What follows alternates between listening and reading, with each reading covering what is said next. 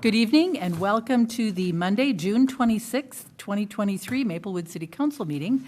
I always like to start off with some news from our community, and I have to say that I learned an awful lot in the last 2 weeks about our monastery and Benedictine Center down in, well, it's kind of technically in Middle Maplewood, I guess.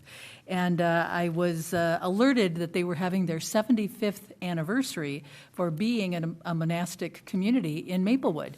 And I think sometimes we talk about the fact that we have a Fortune 500 company in Maplewood, we have our own mall, we have St. John's as a tertiary hospital in our community, and we don't necessarily recognize the fact that we have a very historic monastic community. And so I did a proclamation for their festival on Sunday, and I was able to read it with them at the festival. And I wanted to highlight some of the things, some of the contributions that they have made to our community that I was quite frankly surprised about, and I didn't really know all of this background history. So I'm going to share some of it with you. The St. Paul's Monastery was founded on June 22nd, 1948, when 178 sisters left St. Benedict's Monastery in St. Joseph and made their way to Maplewood. For 75 years, they have served the city of Maplewood, the Archdiocese of St. Paul in Minneapolis, and the state of Minnesota in the fields of education, healthcare, social services, senior care, and administration. For 65 years, 65 years ago, they founded Hill Murray High School. It was Archbishop Murray Memorial High School. The sisters have served families and youth through the ministry of the Sisters of St. Paul's Monastery at Hill Murray. For 40 years, the sisters ministered their Benedictine way of life, especially their contemplative prayer, by founding the Benedictine Center through spiritual direction, retreats, and a guest house. For 32 years, they have served families, children, and youth through their ministry of Maple Tree Child Care Center, which is down there on their campus. In 2009, they created a campus in Maplewood, highlighting their values and supporting the wider community in the form of, the Tubman Center is located on their property, on their East Campus. Remaining acres of their property feature affordable housing through Common Bond, as well as senior assisted living, and the Priory Preserve, which is administered by the city of Maplewood. They have truly been stewards in our community, both of our residents and of our nature, right here in the heart of the East Metro. And so I was very pleased and very honored to celebrate with them. Today, there are 19 Benedictine nuns left at St. Paul's Monastery, and they will continue to live there for the rest of their lives. It's quite a historic place, and I really enjoyed my time there. I don't know, council members, I don't know if you were all aware of all of that history, but they have truly served our community in just an amazing way in so many different areas. So I want to acknowledge them, and I read their proclamation, and they were all very pleased, and I can tell you that they love the city of Maplewood, so that was really pretty fun. So, council members, let us move on to our Pledge of Allegiance. I pledge allegiance to the flag of the United States of America and to the republic for which it stands, one nation, under God, indivisible, with liberty and justice for all. City Clerk Sint, would you do the roll call for us, please? Councilmember Villavicencio. Here. Councilmember Cave. Here. Councilmember Lee. Present. Mayor Abrams. Here. And Councilmember Juniman is not joining us tonight. Thank you. Council members, is there a motion to approve the agenda? So move. Second. Moved by Lee, seconded by Cave, the motion to approve the agenda. Is there any further discussion? Hearing none, all those in favor signify by saying aye. Aye. Any opposed? The motion passes. Council members, we move on to our minutes of our June 12th. That will be the first one is our council workshop meeting minutes. Is there a motion? So move. Second. Moved by Leaves, seconded by Cave, the motion to approve the June 12th, 2023 City Council Workshop meeting minutes. Is there any further discussion? Hearing none, all those in favor signify by saying aye. Aye. Any opposed? The motion carries. Next, we have approval of our June 12th City Council meeting minutes. Is there a motion to approve those minutes? So move. Second. Moved by Lee, seconded by Cave, the motion to approve the June 12th, 2023 City Council meeting minutes. Is there any further discussion? Hearing none, all those in favor signify by saying aye. Aye. Any opposed? The motion carries. Moving on to our council calendar update. City Manager Coleman, this is your agenda item. Thank you, Mayor Abrams, members of the City Council. The calendar update is just to give you a preview of what's coming up on our next agendas. We don't have anything scheduled for July 10th, and because of vacations and the 4th of July, I did put in the FYI that your packet will be coming out on that Friday instead of the Wednesday or Thursday because of staffing shortages that week. We will likely have a July 24th workshop, but I'm trying to balance that with with different staff to see which is more important to get in front of you first. On August 14th, we will have a preliminary 2024 budget review, and that will be pretty preliminary because we're really just starting to work on this.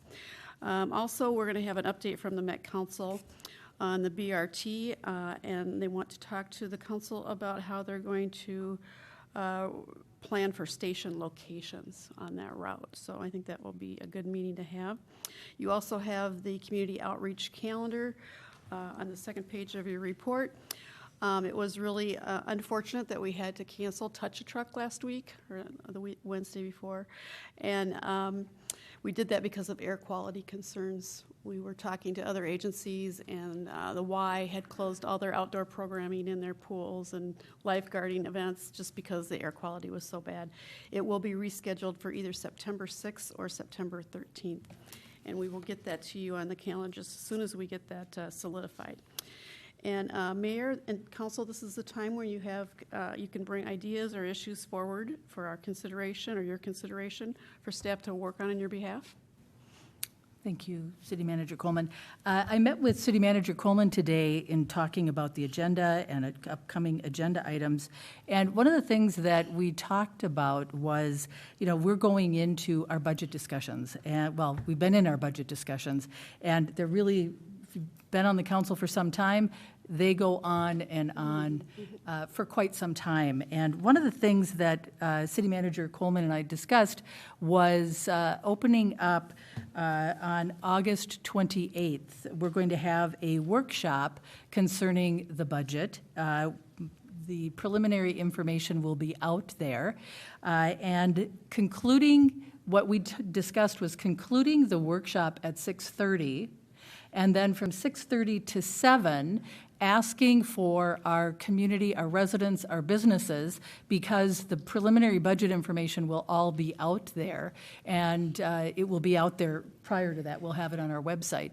But opening it up and inviting our community to come in and chat with us about what their priorities are. One of the things I know that we do as council members, staff give us priorities and ask us, what are our priorities for the budget? Because, there's only so much money, and we have to decide if we're going to fund one thing, then that means that we're not going to fund another thing. And so as a council, we get to decide what those priorities are.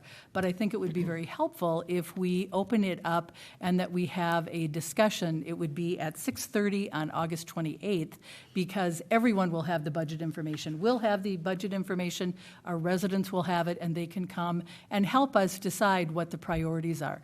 Because when September rolls around, September 11th, by state law, we are required to approve our maximum levy. Now, we can always reduce the levy. At the end of the year in December, we are required as a council to adopt a final levy. We can go down from what we approve in September, but we can't ever go up.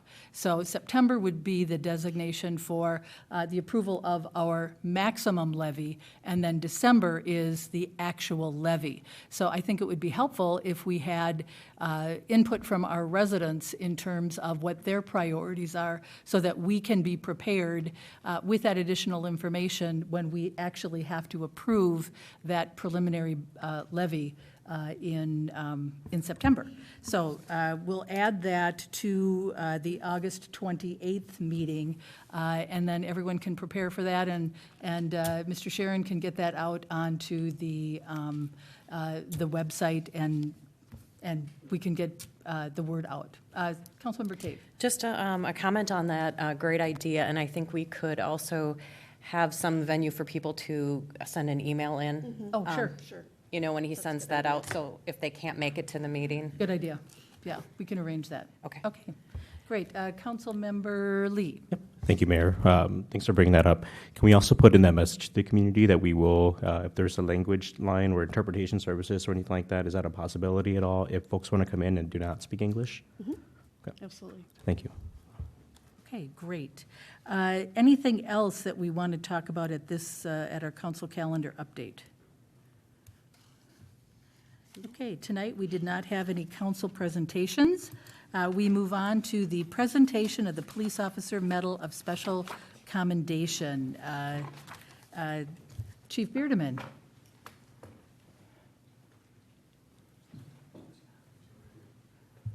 These kinds of events are always some of my favorites.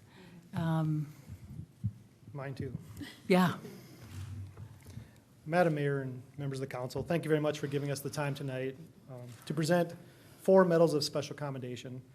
Just so you're aware, the Medal of Special Commendation is the second highest award that we can receive in Maplewood in the police department, second only to the Medal of Honor.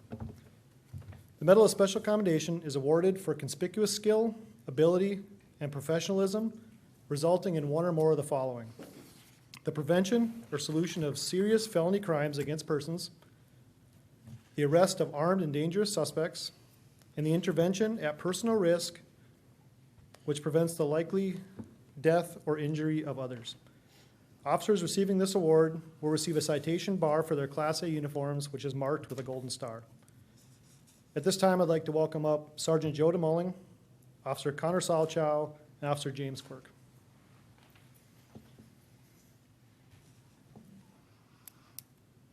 Officer Brian Tozel was instrumental in this call as well.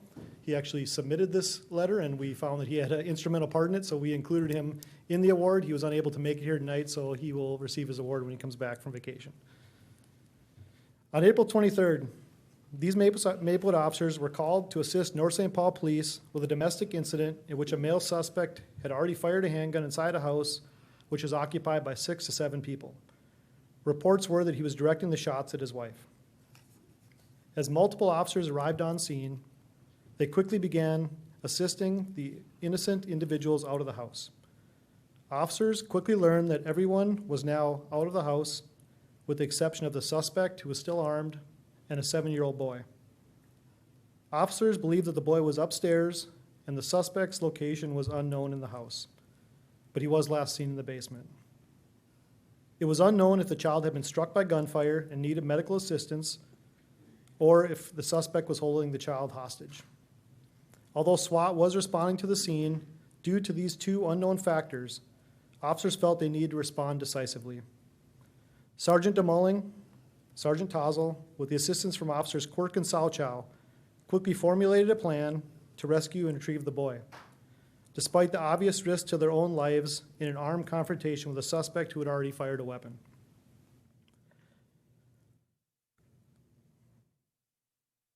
Officers DeMulling, Tozel, Officers Quirk and Salchow entered the house, went upstairs, located the boy, used themselves as cover, and got out of the house before the suspect was aware they were in the house.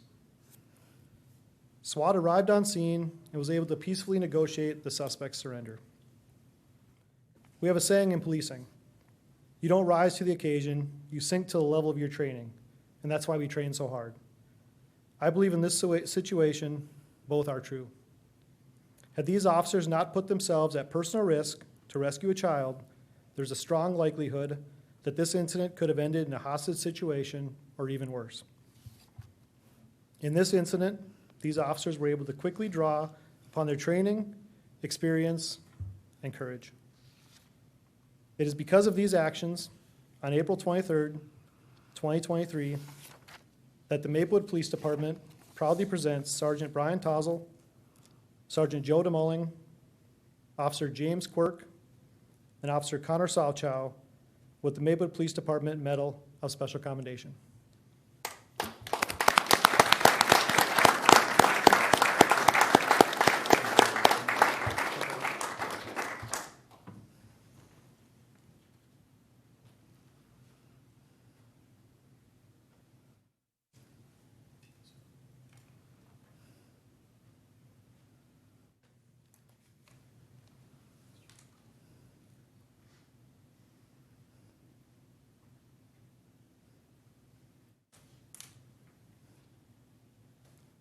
Guys want photos?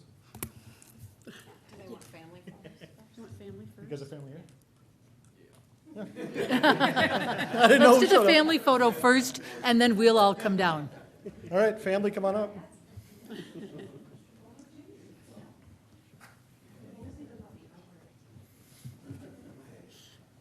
right, so here, I'll just kind of jump in, all right?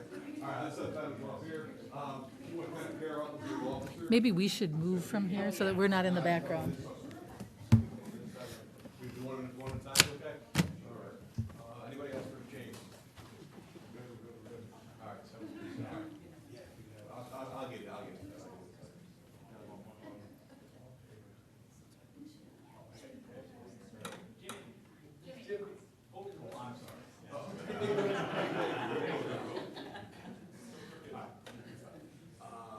Family, go back. You hang for a second.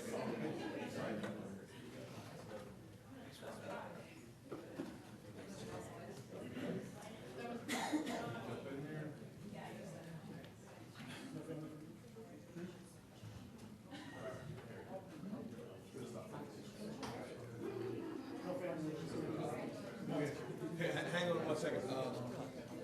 Sure. We're gonna have James. Yeah. And then Joe. How do you slide this way? Councilman Linda.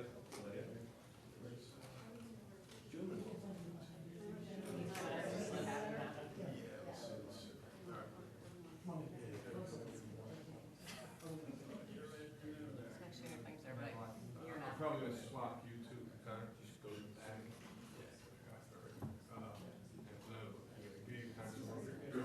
Alright, and then Joe. Corner like this, Connor. Right, yeah, three. Yeah, all right, have you back up a little bit. All right, you slide over, all right, chief's in there, good stuff, all right. Cool. All right.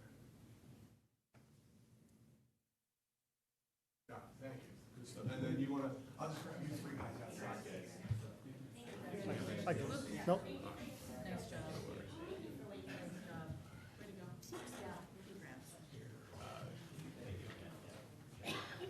Connor, Joe, James, if you want to come out.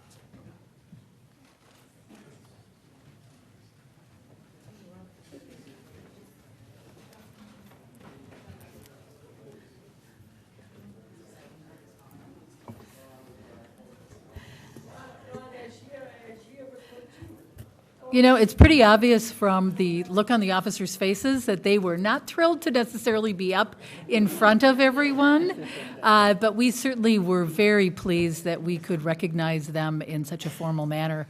What they do, and I'm sure in their minds, they look at it as this is just part of the job, but from our perspective, they go well above and beyond in terms of protecting and keeping our community safe. So I really always appreciate those kinds of events. Thanks for bringing that to us, Chief.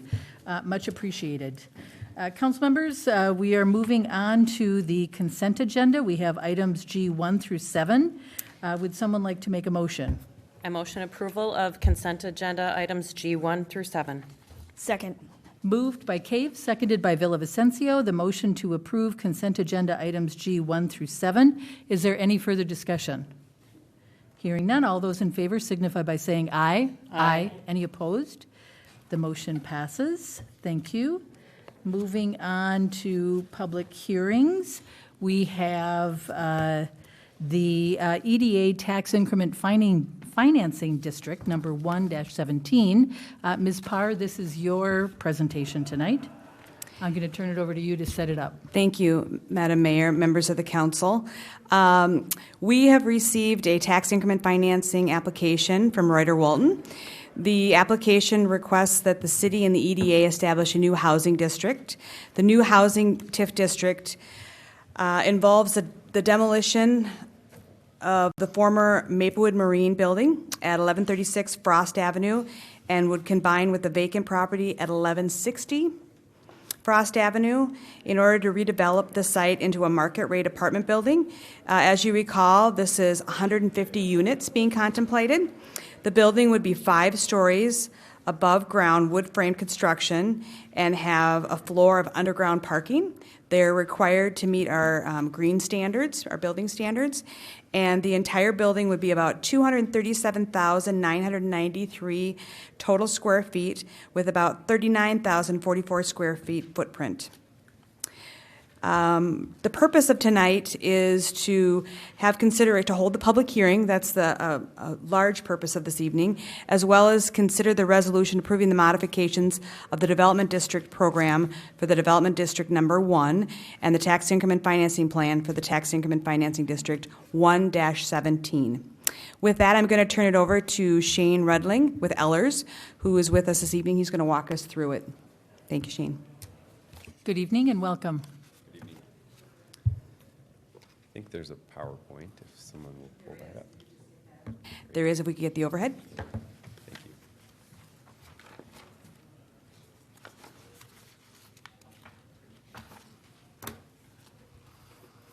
Great. Thank you, Mayor, council members. So tonight, as Ms. Parr mentioned, we're talking about TIF District 17 in the city of Maplewood.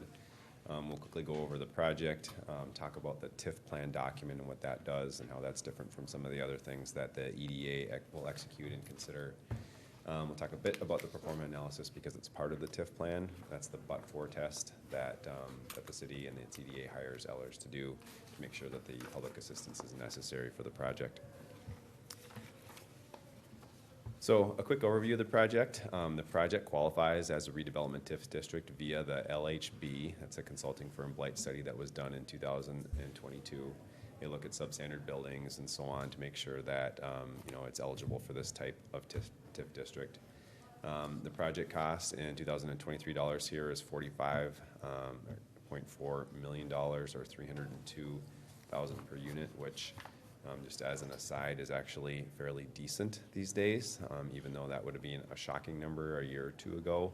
We're seeing prices really skyrocket across the metro for multifamily projects and become quite sensitive to the number of bedrooms, i.e. the size of the units or average size or total square feet of rentable space. So even though that's a high number, it's getting harder and harder out there. The rents in this project are market rate, no income or rent restrictions. The unit mix is as shown there, 150 total units. The developer has purchased Maplewood Marine and then also does have a purchase agreement, which they have to execute by the end of this month for the other property. It does include 4 chunks of property technically. Maplewood Marine is 2, the city-owned piece is 1, and then there's some intervening right-of-way that get vacated and combined with the adjacent parcels to make the site. So the TIF plan document, again, that's the action that the City Council will consider tonight. It would memorialize the statutory requirements of creating the TIF district. It's a planning document, and if there are folks that look at the document itself and try to match it up with the assistance, you'll find out that those numbers don't match. That's intentional and quite normal. What the TIF plan does is it creates a maximum budget for the project and doesn't necessarily relate to the number that the developer is getting, and we'll talk about that here in just a second. One of the TVs just went off, but this one's still working. There they are. So again, it doesn't identify the grant or any assistance amount. That happens in the TIF agreement or the development agreement. Could I ask you to speak up just a little bit? We still have the Yes. families that are outside Yes. of our council chamber, and bet. they're very excited and happy because of the celebration with the honors that their family members got. But we're not exactly soundproof in here. So if you could speak a little louder, I know it'll help for those people who are listening at home too. Thank you. Absolutely. Thank you, Mayor. I will talk louder and directly into the microphone. Is that better? Thank you. Okay. Thank you. Great. So again, the TIF plan document itself doesn't identify the assistance amount to the developer. That all happens in the TIF development agreement, which is part of the EDA consideration later this evening. So the TIF plan has a an assessed value, at a projected assessed value for the project at $34.5 million. That's what we think today, based on our information from the county assessor and others, that the project would be valued at. It inflates those projected property taxes over the full 26 years, and again, the assistance amount is much less than that. The gross increment is $18.8 million. Then you add some interest in there, you get to a number with 20 and change. But again, the actual assistance that we've agreed to with the developer through the term sheet that the EDA has approved is $4.5 million at a maximum of 14 years. It would be provided with a pay-as-you-go note, which has very little risk to the city or the EDA. Basically, if the property taxes aren't there, that's the only thing that's pledged to the project. It's not a general fund obligation or anything like that. It does include, the TIF plan includes 10% allowance for city administrative costs. Through the first 14 years, that amount is actually 5% in order to get more money into the project to make that $4.5 million happen earlier, to increase the present value, kind of the thrust of the assistance in order to make the development returns at market rates. So we, Ellers, have opined that based on current market conditions, the project wouldn't happen but for the assistance as noted here. Again, payments only from captured tax increment and nothing else is pledged to the project. The development district is 26 years. The developer originally requested 15 years of assistance, and there was some months of movement in between December and May as more analysis of the project was happening, construction costs and market conditions were changing. We are at $4.5 million, and again, the development agreement will be considered by the EDA later tonight. One of the things that the development agreement has in it is a look-back provision to make sure that the project cost is actually that amount that we stated in there. If for some reason that's less, which is usually not the case, but just in case it is, the TIF amount would be adjusted downwards, reflecting that. And again, as I mentioned, construction costs, interest rates, and equity requirements. And what I mean by equity, I mean capital equity, not diversity, equity, inclusion. The equity requirements for people putting in the cash to the project changed a lot in the past 12 months or so, meaning that more real cash is necessary in projects versus the leverage portion of the project. So our recommendation tonight, and I think I speak for the city here as well, is to approve the resolution approving the modification of the development district, which is the whole city, for this tax increment financing district. We call it the chocolate chip, and the TIF districts are the chocolate chips inside the larger development district, which is the cookie. So you're approving a little chocolate chip tonight if you move forward with this action. And with that, be happy to answer any questions. Okay. Before we move on to the public hearing, I'm going to ask council members, do you have any questions for Shane? Anyone? I don't see any lights coming on up here. So with that, I am going to open up a public hearing concerning resolution approving modification of the Development District Program for Development District Number 1 and the Tax Increment Financing Plan for TIF District Number 1-17. The public hearing is now open. City Clerk Sint, do we have a sign-up sheet? Thank you, Mayor. Yes, we have a sign-up sheet, but there are no names on it. Okay, then I will ask. Oh. Well, if you would like to speak, would you please go up to the city clerk and you can sign your name on the sheet and sign in, please?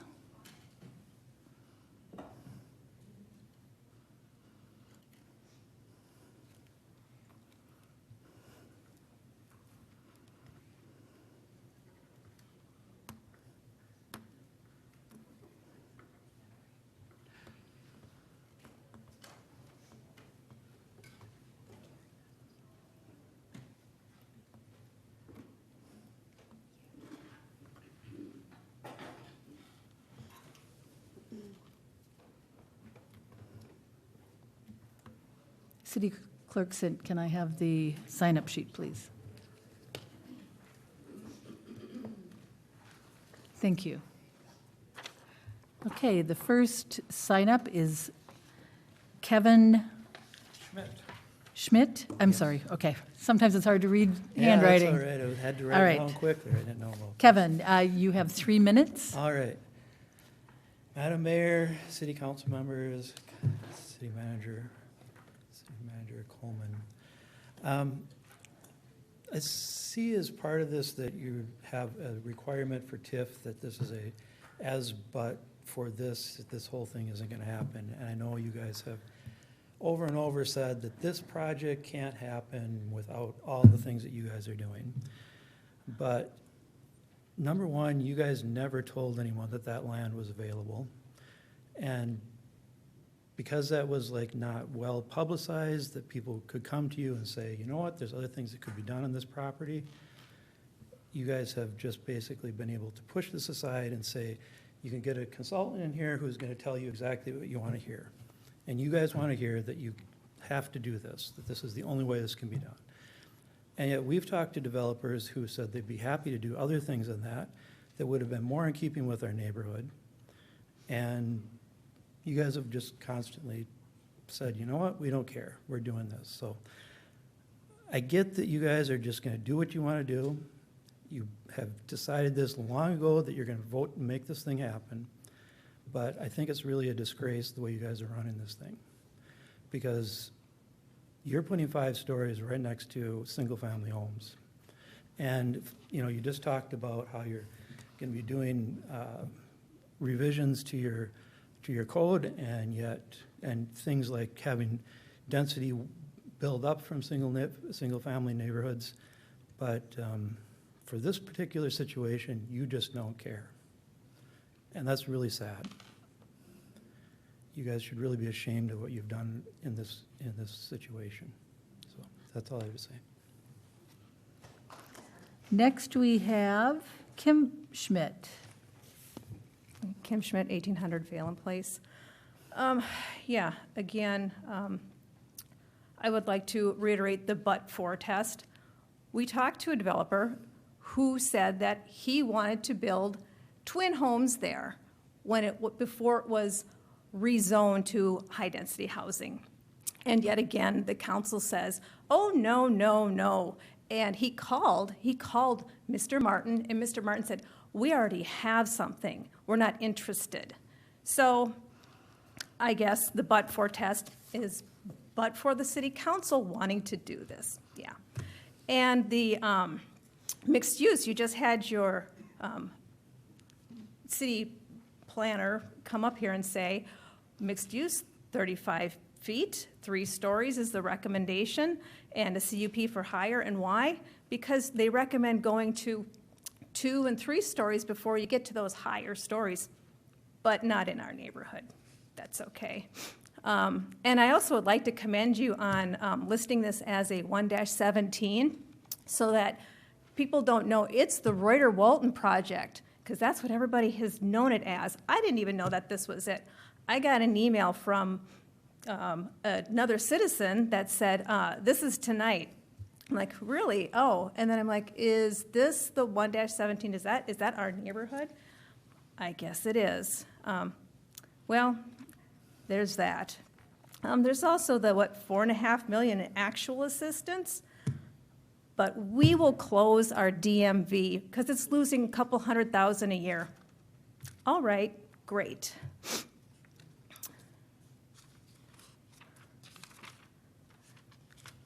Well, I also like to say, packing all of these, all of the poor into one of the poorest neighborhoods in Maplewood is not progressive. It's far from progressive.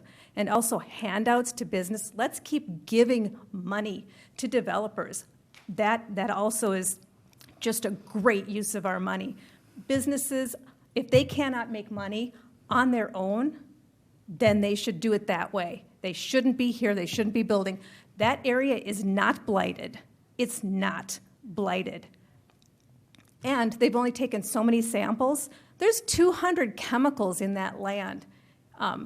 We've not discussed the cumulative effect of those chemicals either. But there's no need to do any further study on that. So I guess I'm pretty much out of time. I am ashamed of our council. I am disgusted, and I think you all should be embarrassed. Is there anyone else who would like to speak concerning the TIF district? Is there anyone else who would like to speak? Would you please state your name and your address, and I'll give this back to City Clerk Sint, Sorry. and then you can sign your name. Okay. It's Catherine Johnson. I live at 1835 Phelan Place. I've lived in Gladstone since I was 1 year old, and we're talking a lot of years. I am so beyond sad about what is happening to our neighborhood with all the extra building of apartments, condos, you name it, everything. It's as though the taxpayers have absolutely no say because we have tried our best and have met with deaf ears. But you can be darn sure when it's time to pay the taxes, we need to do that right away. I am so sad. Is there anyone else who would like to speak concerning this topic tonight? Is there anyone else? Is there anyone else? Then I will close the public hearing tonight. Thank you. And council members, this is our opportunity to discuss. Would anyone like to start us out?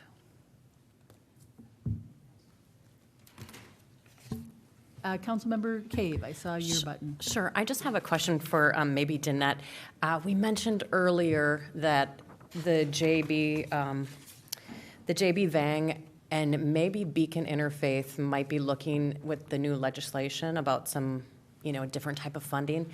Is it also with this, or is this something that is, or is this something that's already gone far enough that, we don't get it for this project? Madam Mayor, thank you, Councilmember Cave. This particular project has kind of gone beyond that point. Okay. They have looked at other resources. However, it met the requirements of the but-for test after assessment by Ellers. Okay. It's market rate, exactly. Thank Okay. you. Thank you. Just for clarity, in terms of JB Vang, can you kind of refresh everybody on that, on their status in terms of requesting TIF? Yes, thank you, Madam Mayor. So we are at a process where they've applied for it. We're going to see that move forward at some point. It's being analyzed, I guess is the way I would say it. We're working with Ellers to look at that more closely. The one distinction I should make, and the council in the last part of the conversation we were chatting, it was pointed out by our attorney, and it's a good distinction. This project is market rate that we're talking about right now. The Beacon property, as well as the JB Vang property, are both properties that involve affordable housing. So this is a little bit different. This one has a fair amount of cleanup that has to take place, a number of other things that we're participating. But for our assistance in doing that, those things would remain there, and it actually would be more harmful to the neighborhood and the environment potentially. So there's some considerations that we look at differently on this site that are different than the other two sites that you asked about. Thank you. But the commonality is that everyone is really looking to TIF, or we expect that they will. Madam Mayor, yes, that is something that commonly we use as a tool, Yes. because it meets the merits of it. Now, with the changes in the legislature, and at some point this will come up in the future conversations, probably at JB Vang, there have been changes in how they look at that and how it's looked at. So it may, when it comes to some of these affordable components, you may see it may be looked at a little bit differently, and Shane will talk to that in future conversations. Thank you. Thank you. From my perspective, this particular property, and I'm sorry, I don't recall, we have discussed this many, many times at the EDA, at city council meetings. We've had public comments about this. The Gladstone area, short of the Frost English and then the other property that's right on that same piece of property, we have not had any development there for, is it at least 20 years? I would say 20 years, maybe even a little bit longer, depending on what we're talking about. Yep. Okay. And I will say that from my experience on the council, I think our city has been very judicious about TIF. We see it as a tool, and it has been a very helpful tool in redeveloping our community. I know that Hy-Vee, for example, that was an example where we used TIF, and it qualified for the but for the assistance, the development would not likely go forward. And so, from that perspective, I think that this is an important tool. I think that our council has taken a visionary perspective on the Gladstone area, on what that can be. And I certainly recognize from the perspective of change is hard. But on the other hand, we have presented to us now some amazing opportunities and a combination of a variety of housing, from housing for larger families. We have a senior complex there. We have market rate. We have supportive housing that's being proposed. So I really think that the council, see that we have an obligation in terms of the vision for the future of our city. And so I am in support of this. I see that we have Councilmember Lee. These are turns, so it's harder to tell whose light is on. Councilmember Lee. Thank you, Mayor. You wanted to comment on this as well. My question was actually already answered, so thank you for that. So I'm good. Okay. So council members, all we have left to do is decide on the motion. Would someone like to make the motion?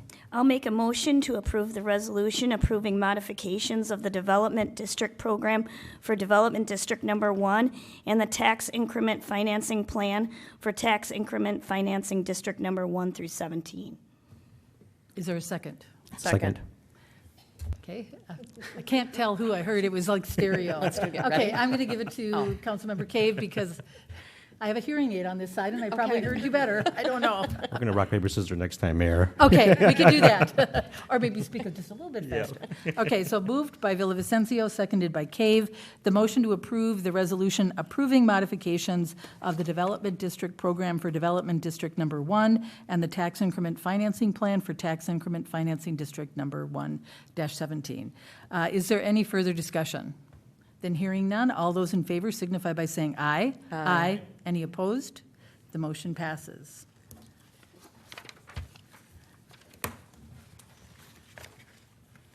Council members, we have no unfinished business, no new business, no award of bids, and therefore we are going to adjourn this meeting, and then of course we have a special EDA meeting after this, so I think what we'll do is we'll take a short 5-minute break and then we'll come back for the EDA. But with that, our meeting is adjourned.